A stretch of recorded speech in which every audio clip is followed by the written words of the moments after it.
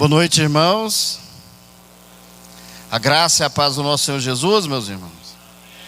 Deus é bom, meus irmãos. E o tempo todo? Meus irmãos, hoje nós vamos falar sobre aquele que é o tema principal da nossa fé, das nossas vidas e de toda a Escritura, que é Jesus. Meus irmãos, eu quero que vocês pensem por um instante, o que simboliza Jesus na sua vida? Quem é Jesus para você?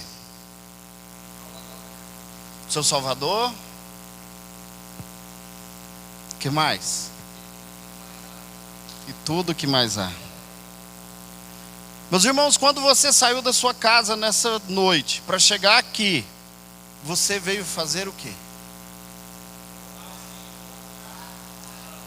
Prestar culto a Jesus.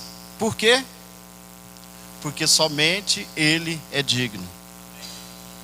Então, diante disso, meus irmãos, esse mês de dezembro nós vamos ver algumas coisas fundamentais a respeito do nosso Senhor Jesus, o nosso Salvador, o nosso Natal. Meus irmãos, Jesus, Ele não é simplesmente alguém que morreu, um sacrifício. Ele é aquele que criou o plano desse sacrifício para resgatar a cada um de nós. Jesus é o nosso Redentor. Jesus, Ele não só veio, mas Ele vive. Meus irmãos, se nós olharmos para todas as religiões que tiveram um fundador, o fundador dessas religiões não está entre nós. Eles morreram. As pessoas podem visitar os seus túmulos, as pessoas podem visitar ali onde aquelas pessoas foram enterradas. Mas o túmulo de Jesus estava como? Vazio. Jesus está como? Vivo. Então hoje eu quero, meus irmãos, convidar vocês para abrirem as suas Bíblias no texto do Evangelho de Mateus, capítulo 2, a partir do verso 1. Nós vamos ler todo o capítulo.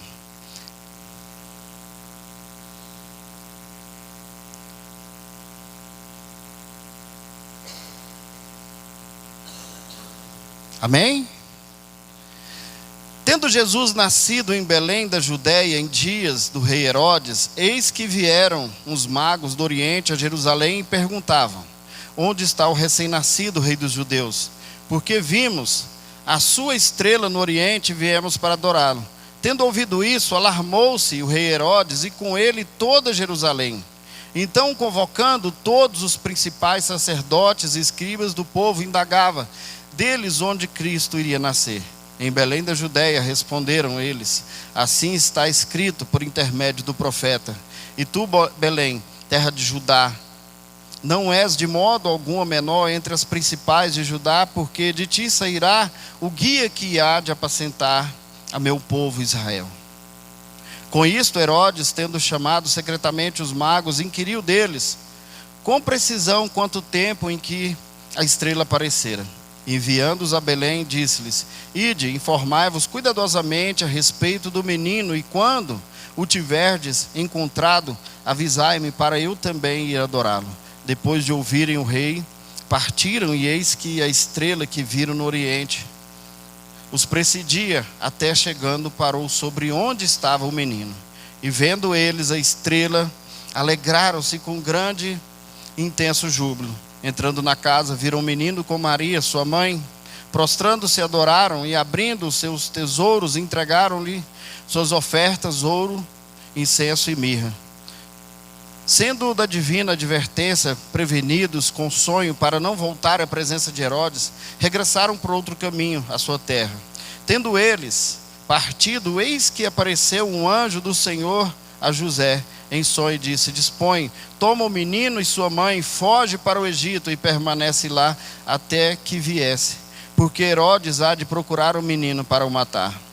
Dispondo ele, tomou de noite o menino e sua mãe e partiu para o Egito. E lá ficou até a morte de Herodes, para que se cumprisse o que fora dito pelo Senhor por intermédio do profeta: do Egito chamei o meu filho.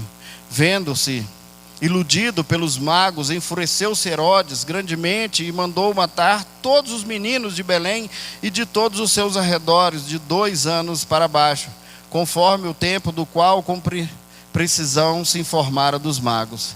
Então se cumpriu o que fora dito por intermédio do profeta Jeremias. Ouviu-se um clamor em Ramá, pranto, choro e grande lamento. Raquel chorando por seus filhos, inconsolável porque não existem. Tendo Herodes morrido, eis que um anjo do Senhor apareceu em sonho a José no Egito e disse-lhe: dispõe-te, toma o menino e sua mãe e vai para a terra de Israel, porque já morreram os que atentavam contra a vida do menino. Dispõe-se ele, tomou o menino e sua mãe e regressou para a terra de Israel. Tendo, porém, ouvido que Arquelau reinava na Judéia em lugar de seu pai Herodes, temeu ir para lá.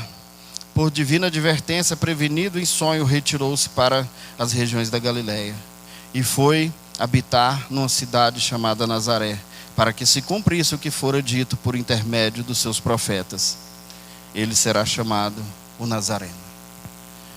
Meus irmãos, baixe sua cabeça por um instante, nesse momento, eleve o seu pensamento ao Senhor em oração. Maravilhoso Deus e eterno Pai, em nome de Jesus nós rendemos graças ao Pai.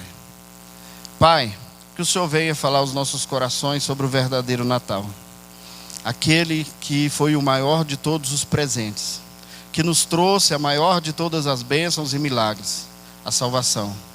Nós sabemos que não existe salvação fora do Senhor e que o Senhor possa, em nome de Jesus, se revelar cada dia mais aos nossos corações, tirando, Senhor, toda limitação, tirando tudo aquilo, Pai, que muitas vezes nos atrapalha de Te servir e de realmente buscar a Sua presença. Quero pedir ao Senhor que, assim como o Senhor falava de forma sobrenatural no dia dos profetas, fale também aos nossos corações, nos revelando a Sua vontade. Em nome de Jesus. Amém. Meus irmãos, quanta coisa aconteceu no nascimento de Jesus. O capítulo 2 de Mateus é dividido aqui entre a visita dos reis magos, a fuga para o Egito, a matança dos inocentes e a volta do Egito. Como que nós vamos olhar nesse momento para esse escrito sagrado e vamos entender o quanto Jesus faz com que os seus planos sejam cumpridos aqui? Quando nós falamos Jesus havia de nascer, mas nós precisamos entender que o Jesus que nós vamos ver aqui no texto é o Deus encarnado, o Deus homem, o Verbo encarnado. Então Jesus, como ele estava na criação de todas as coisas, na criação do mundo, na criação do homem, agora ele sendo Deus, ele se encarna. E agora esse menino vai passar por tudo isso, e esse menino vai ver cumprir na sua vida essas profecias, e essas profecias que foram entregues pelos profetas. E Jesus vindo, cumprindo essas profecias, mostrando que ele realmente é o enviado de Deus, ele nesse momento, meus irmãos, passa por tudo isso, e nós vamos ver que realmente as profecias o tempo todo apontavam para Cristo. Quando nós olhamos para aquele menino que nasceu na manjedoura, meus irmãos, realmente ovelhas nascem em manjedouras. O nosso Senhor, o Cordeiro de Deus, ele veio para morrer. Nós vamos pensar aqui no mês de dezembro a respeito do Natal. O Natal é um mês maravilhoso, é o mês talvez mais abençoado do ano. As pessoas dão presentes, as pessoas falam do amor, as pessoas se reúnem, as pessoas confraternizam, as pessoas fazem muitas coisas que são realmente boas para nós, e realmente essas coisas que as pessoas fazem são importantes, mas nós precisamos entender que no Natal, que significa nascimento, não pode faltar o aniversariante. Quantas vezes nós chegamos em lugares onde as pessoas dizem que estão ali para confraternizar o Natal, e elas realmente nem se lembram de Jesus. E meus irmãos, nós não podemos deixar essas coisas passar assim despercebido. Esse texto nos traz revelações que nós precisamos pensar a respeito disso. Aqui no texto nós vamos ver o momento em que os três reis magos, ou aliás os reis magos, que, meus irmãos, às vezes existe uma confusão quando as pessoas falam os magos. Nos dias atuais, se eu falar que um mago visitou Jesus, as pessoas vão entender, então os magos são de Jesus? Não, meus irmãos. Se nós formos olhar para os dias atuais, como nós entendemos que são magos, nós vamos entender que são pessoas, são feiticeiros, pessoas que fazem magia. Mas a melhor tradução aqui seria, para nós entendermos nos dias atuais, eram pessoas que dominavam a ciência da astrologia, pessoas que estudavam os astros. Por isso, eles tinham esse conhecimento. Então, esses reis chegando ali diante de Herodes, eles comunicam a Herodes a respeito da profecia do nascimento de Jesus. E o que Herodes faz? Herodes chama ali os estudantes da Bíblia, os conhecedores, chamam ali diante dele. E esses agora, nesse momento, são questionados de onde deveria nascer o menino. E é informado a Herodes. Herodes, ele chama em secreto ali os reis magos, obedecendo o que diz o texto, e fala, olha, quando você tiver a localização do menino, você traz para mim essa localização, porque eu quero ir lá também adorá-lo. Agora imagine, se a vontade de Deus deixaria de ser cumprida por causa do desejo de um homem arrogante, como era Herodes. Meus irmãos, nós vamos ver na história de Israel, não só esse, mas depois dele, 3 o sucederam. Mas esse Herodes, ele simplesmente, ele era, como diz a história, um homem muito soberbo e era amante do poder. Então ele mal poderia dormir com a sensação de que poderia haver um outro rei em Israel. Então ele, quando descobre que os reis magos não voltariam, ele fica furioso. E ele, para não ter sombras de dúvida a respeito desse menino, que tinha promessa de ser o rei de Israel, ele manda que matem todas as crianças até 2 anos.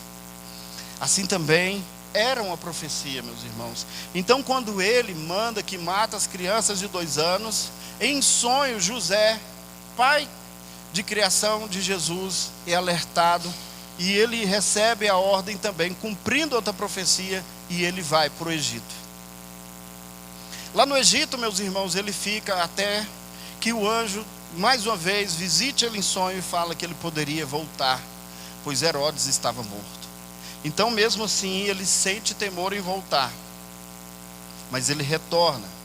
E agora nós vamos ver que a história vai continuando e nós vamos chegar até o dia do nosso Senhor, que ele começa o seu ministério. Mas voltando aqui, meus irmãos, o que nós vamos aprender com esse texto? Nós vamos aprender, meus irmãos, que os projetos de Deus, eles seguem exatamente aquilo que Deus escreveu. E da forma que ele escreveu, vai acontecer. Aqui nós vamos ler o texto e vamos ver que as coisas se cumpriram de acordo com a palavra dos profetas. Deus revela aos profetas, e isso, meus irmãos, é o decreto de Deus. Aquilo vai acontecer. Ele não está adivinhando, ele está decretando que aquilo vai acontecer. Nós vamos olhar o nascimento de Jesus, aconteceu exatamente da forma que Deus disse que iria acontecer. Nós vamos ver a crucificação de Jesus e vamos ver que aconteceu exatamente da forma que Deus disse que iria acontecer. Então não existe espaço, meus irmãos, de forma alguma, para achismos ou para que o destino faça alguma coisa. Nós vamos ver aqui que Jesus, ele simplesmente estava aqui para cumprir aquilo que Deus Pai traçou como plano de salvação para a humanidade. Meus irmãos, cada detalhe do projeto de Deus para salvar o pecador aconteceu de forma minuciosa. Nós vamos ver nos detalhes do nascimento de Jesus e de como tudo acontecera, os livramentos, as coisas sendo feitas de forma sobrenatural. E nós vamos entender, meus irmãos, que não existiria outra forma. Nós vamos olhar e vamos ver que nenhum dos falsos deuses é semelhante ao nosso Senhor Jesus. Olhando, meus irmãos, para o texto, nós vamos entender que aqui Deus caprichou em todos os seus projetos e deixou de forma que as pessoas iriam consultar a história, os profetas, e tudo iria apontar para Jesus.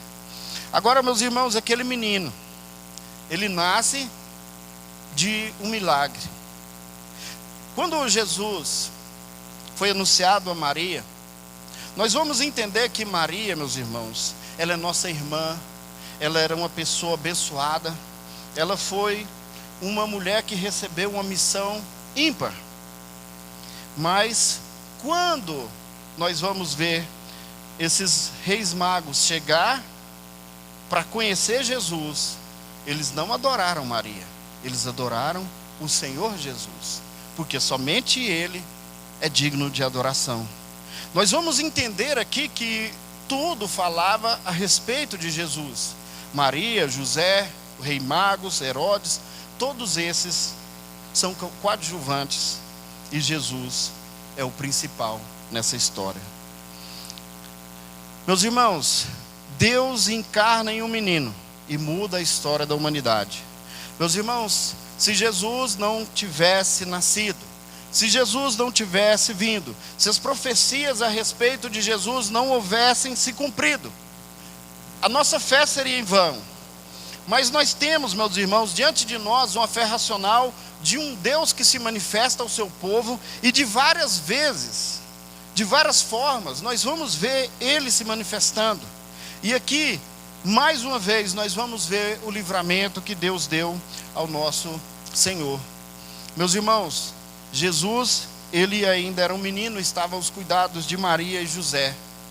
E quando eles voltam para sua terra, vindo do Egito, ali, meus irmãos, nós vamos ter um vácuo na história.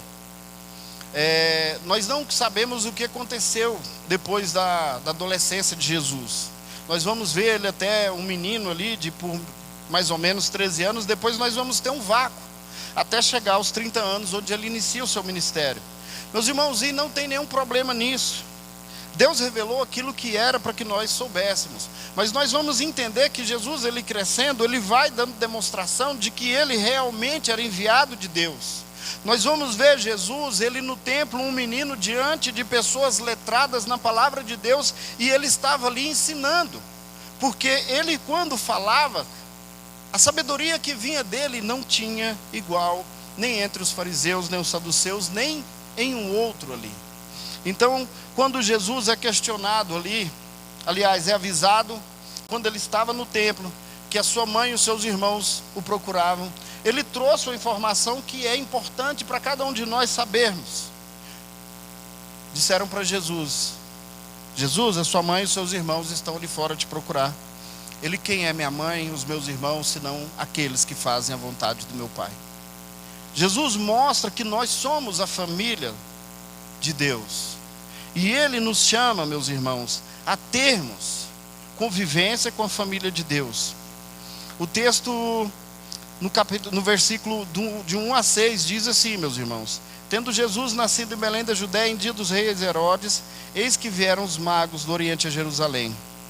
Meus irmãos, esses astrólogos, eles olharam, eles ficaram sabendo dessas profecias, e eles tiveram a revelação dessa estrela.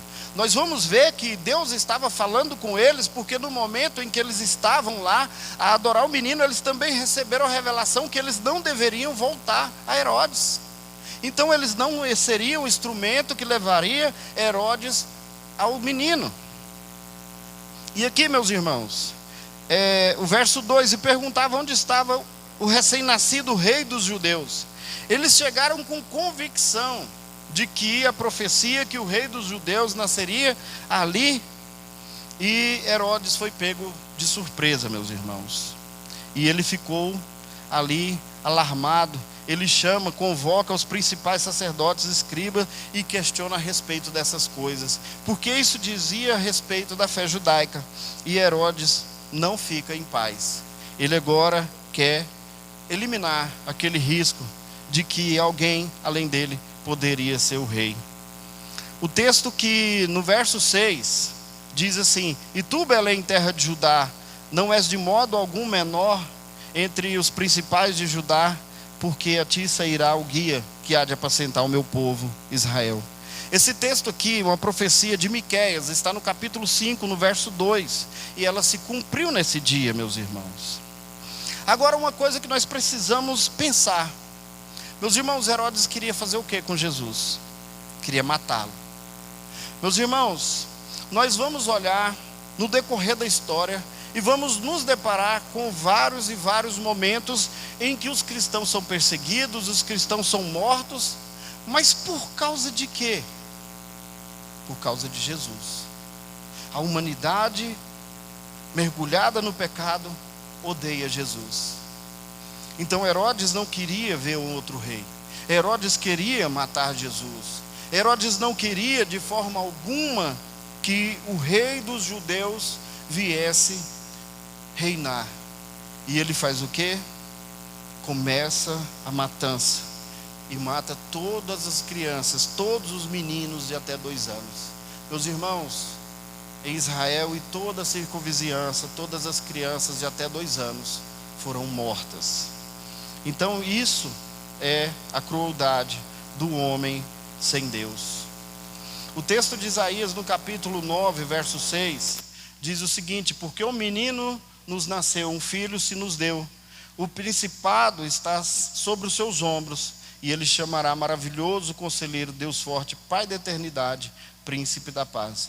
Meus irmãos, as profecias a respeito do nascimento de Jesus, que o principado, o poder espiritual estaria sobre os seus ombros, isso vai mostrar que Jesus realmente, o Verbo encarnado, o Deus homem, ele estava naquela manjedoura, e ele sim é o Filho de Deus. Deus encarna em um menino e muda a história da humanidade. Meus irmãos, como poderia acontecer diferente?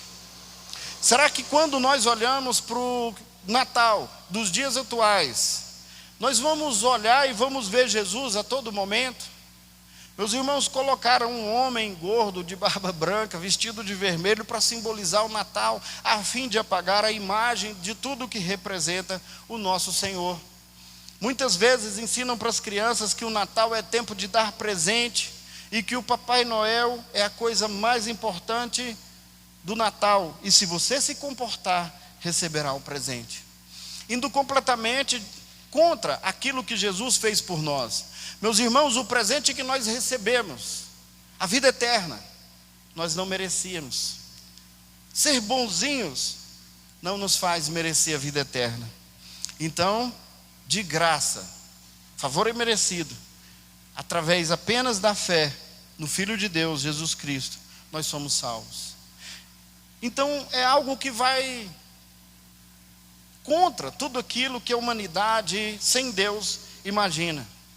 Muitas vezes nós pensando sobre isso, nós vamos ver aqui que a história do nascimento de Jesus, completamente de forma sobrenatural, vai nos levar a entender que Deus não deixa de modo algum na mão da humanidade a salvação, e muito menos a história. O versículo 15, meus irmãos, o cumprimento da profecia de Jeremias 31, 15.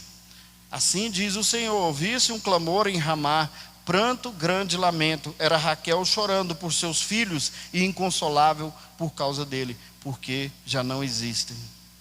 As crianças foram todas mortas. E meus irmãos, Jesus foi a única criança que sobreviveu. E quando eles retornam de volta para Belém, nós vamos ver ali que tudo estava se cumprindo. E nós temos hoje, examinando as Escrituras, a oportunidade de aprender mais sobre Jesus e de ter certeza de tudo aquilo que Deus falou através do profeta foi cumprido nesse menino.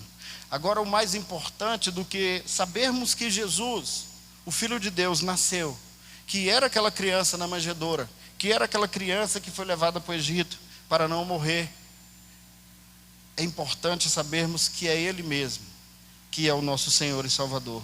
Meus irmãos, o menino Jesus, ele não é mais importante para as nossas vidas, simplesmente sabermos que ele nasceu, o nascimento dele foi importante sim, mas ele não é mais um menino, ele é um homem feito, um homem adulto, e ele caminhou de passos dolorosos para a cruz do Calvário. ele foi levando todo o sofrimento e sabendo tudo o que iria acontecer. Antes dele ser entregue à mão dos pecadores, ele ora ao Senhor, meus irmãos. E ele sabe que o cálice que ele iria tomar era o mais de todos e dolorosos cálices. Era o mais de todos dolorosos cálices. Então, meus irmãos, ele faz a seguinte oração: Pai, se possível, afasta de mim esse cálice. Mas ele, como servo sofredor, diz: seja feita a sua vontade. Jesus, ele veio e mostra o tempo todo que veio como servo sofredor. Ele foi levado como ovelha muda ao matadouro. E tudo isso vai se cumprindo. E vai mostrando para nós, nos provando que realmente tudo que estava escrito a respeito dele está se cumprindo. E agora o que precisamos entender é que aquele menino cresceu e foi levado à cruz de forma voluntária, porque ele mesmo se entregou. Quando Pedro tenta defendê-lo, ele fala: olha, imagine se eu não poderia rogar ao meu pai, ele mandaria legiões de anjos para me defender. Mas ele está ali de forma voluntária, como servo sofredor, se entregando para ir para o sacrifício. Meus irmãos, e o nascimento se cumpriu as profecias, na sua vida se cumpriu as profecias, na sua entrada, onde todos gritavam hosana nas maiores alturas, é cumprimento da profecia. E no dia também que ele é entregue na mão dos pecadores, se cumpre a profecia, pois ele anunciava o tempo todo para os discípulos: é chegado o dia em que o Filho do Homem será entregue na mão dos pecadores. Então ele é entregue nas mãos dos pecadores, para que o sangue dele fosse entregue como sacrifício. E agora, meus irmãos, Jesus, ele crucificado, quando ele chega na cruz do Calvário, é pregado na cruz do Calvário, o seu sangue é derramado. Ali está o sacrifício perfeito, a maior prova de amor se concretizando. Então o próprio Deus enviando o seu único filho para morrer. E essa morte, meus irmãos, foi por nós pecadores. Então Jesus, ele crucificado naquela cruz, agora não é mais um menino, e sim um homem feito adulto, sofrendo as piores dores. Então chegou o momento em que ele entrega o seu espírito. Nesse momento a terra está sobre densas trevas, e várias coisas sobrenaturais acontecem. E naquele momento, meus irmãos, o menino, o Filho de Deus, que se transformou homem e se entregou para morrer na mão dos pecadores, ele morre, entregando o seu espírito. E agora, antes de morrer, ele diz tetelestai, que significa está consumado. Então o plano de Deus para a salvação de cada um de nós pecadores foi consumado no momento em que Jesus, expirando, disse: Pai, em suas mãos entrego o meu espírito. E naquele momento, o Natal tomou todo sentido para nós. E naquele momento, meus irmãos, as pessoas estavam ali, e com todas essas evidências que eu acabei de citar, que são apenas parte delas, porque existem várias outras evidências, as pessoas, elas não ficaram ali simplesmente tendo certeza de tudo que estava acontecendo. As pessoas se dispersaram, cumprindo também mais uma profecia: fere o pastor e as ovelhas dispersarão. Então os discípulos saíram com medo. Pedro nega Jesus, e no momento da crucificação, na narrativa bíblica, nós só vamos ver somente João diante da cruz. Todos os outros fugiram. E depois de algum tempo, eles começam a se encontrar escondidos e com medo de serem também presos ou mortos. Mas Jesus, ao terceiro dia, meus irmãos, o nosso verdadeiro Natal, o que ele fez? Ressuscitou. E nesse dia glorioso, na manhã de domingo, Jesus ressuscitou. E ele começa a partir dali, durante 40 dias, a aparecer de forma esporádica aos seus discípulos. Meus irmãos, aí nós vamos ver várias outras coisas que aconteceram ao redor desses eventos, mas nós vamos ver que as pessoas, quando viram Jesus sendo crucificado ali naquela cruz, tinham classes diferentes de pessoas. Tinham os que estavam ali zombando, tinha os que estavam tristes, porque pensaram: mataram o nosso Senhor. E essas pessoas foram consoladas, mas os zombadores receberam o fruto das suas zombarias. Nós vamos olhar e entender que o servo sofredor, o menino que cresceu e virou aquele que seria o sacrifício, o Cordeiro de Deus, ele sofreu na sua carne, na sua pele, todo tipo de sofrimento. A zombaria, o espancamento, o escarnecimento, tudo aquilo, meus irmãos, não era ele que merecia, éramos nós.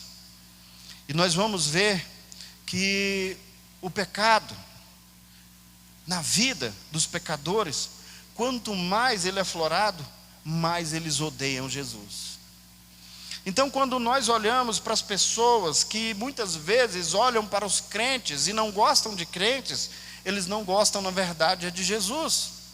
Porque Jesus, ele disse que nós seríamos odiados por causa do nome dele. E é uma profecia que ele mesmo falou, e ela se cumpre até os dias de hoje.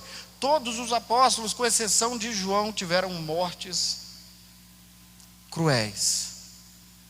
Somente João conheceu a morte por velhice, os outros todos foram martirizados, porque eles pregavam a palavra de Jesus.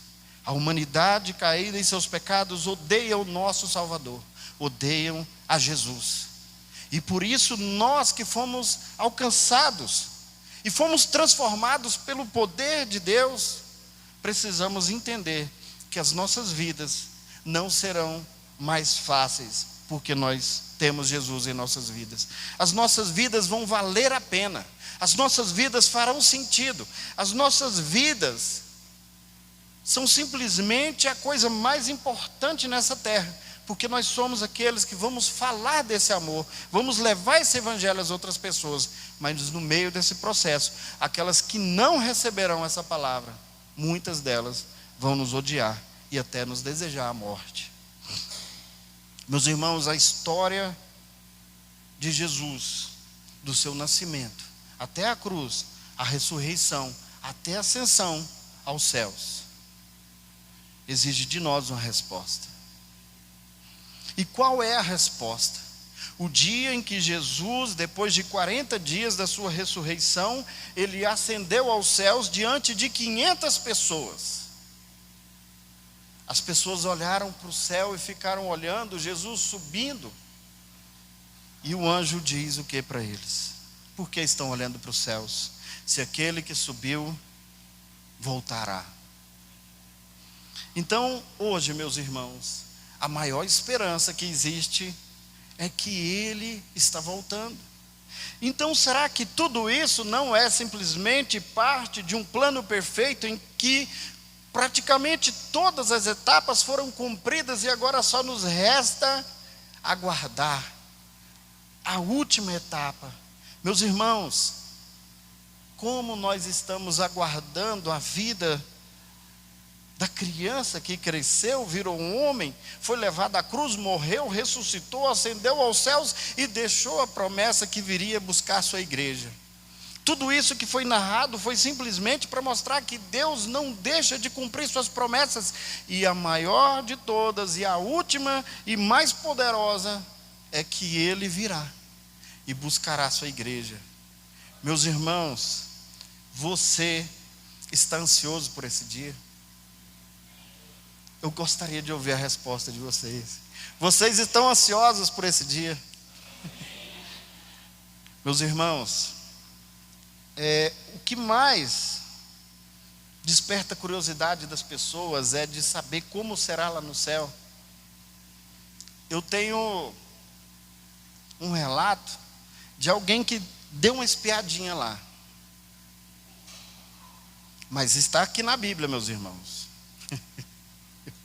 Está na Bíblia. O apóstolo Paulo, ele fala que ele foi levado, não sabe se espírito ou em carne, ao terceiro céu. E ele relata que as coisas que ele viu são inefáveis. Ele não consegue falar o que ele viu. Então, meus irmãos, fica a dica aí do nosso apóstolo, que teve a graça de poder dar uma olhada lá no terceiro céu. As coisas que ele viu, ele diz que não sabe falar. Mas nós vamos ver que o tempo todo o apóstolo Paulo, ele dizia que morrer é Cristo. Morrer é lucro. Viver é Cristo e morrer é lucro. Então ele vivia Cristo, mas se ele morresse, ele estava no lucro, porque ele sabia para onde ele iria. E o lugar que ele iria, que realmente ele já está nesse lugar, é muito melhor do que o lugar que nós estamos. Então, diante disso, meus irmãos, eu quero convidar vocês para ficarem de pé e vamos orar e refletir sobre isso. Meus irmãos, deem presentes, participem de confraternizações, alegrem-se no Natal, mas jamais esqueçam que aquele menino cresceu e ele cumpriu tudo que ele deveria cumprir aqui nessa terra e deixou uma promessa, que voltará para buscar a sua igreja. Um Natal sem Jesus não é Natal. Então, que nós possamos dizer isso às pessoas, que nós possamos levar o verdadeiro Natal àqueles que não tiveram ainda um encontro verdadeiro com Jesus. Vamos orar.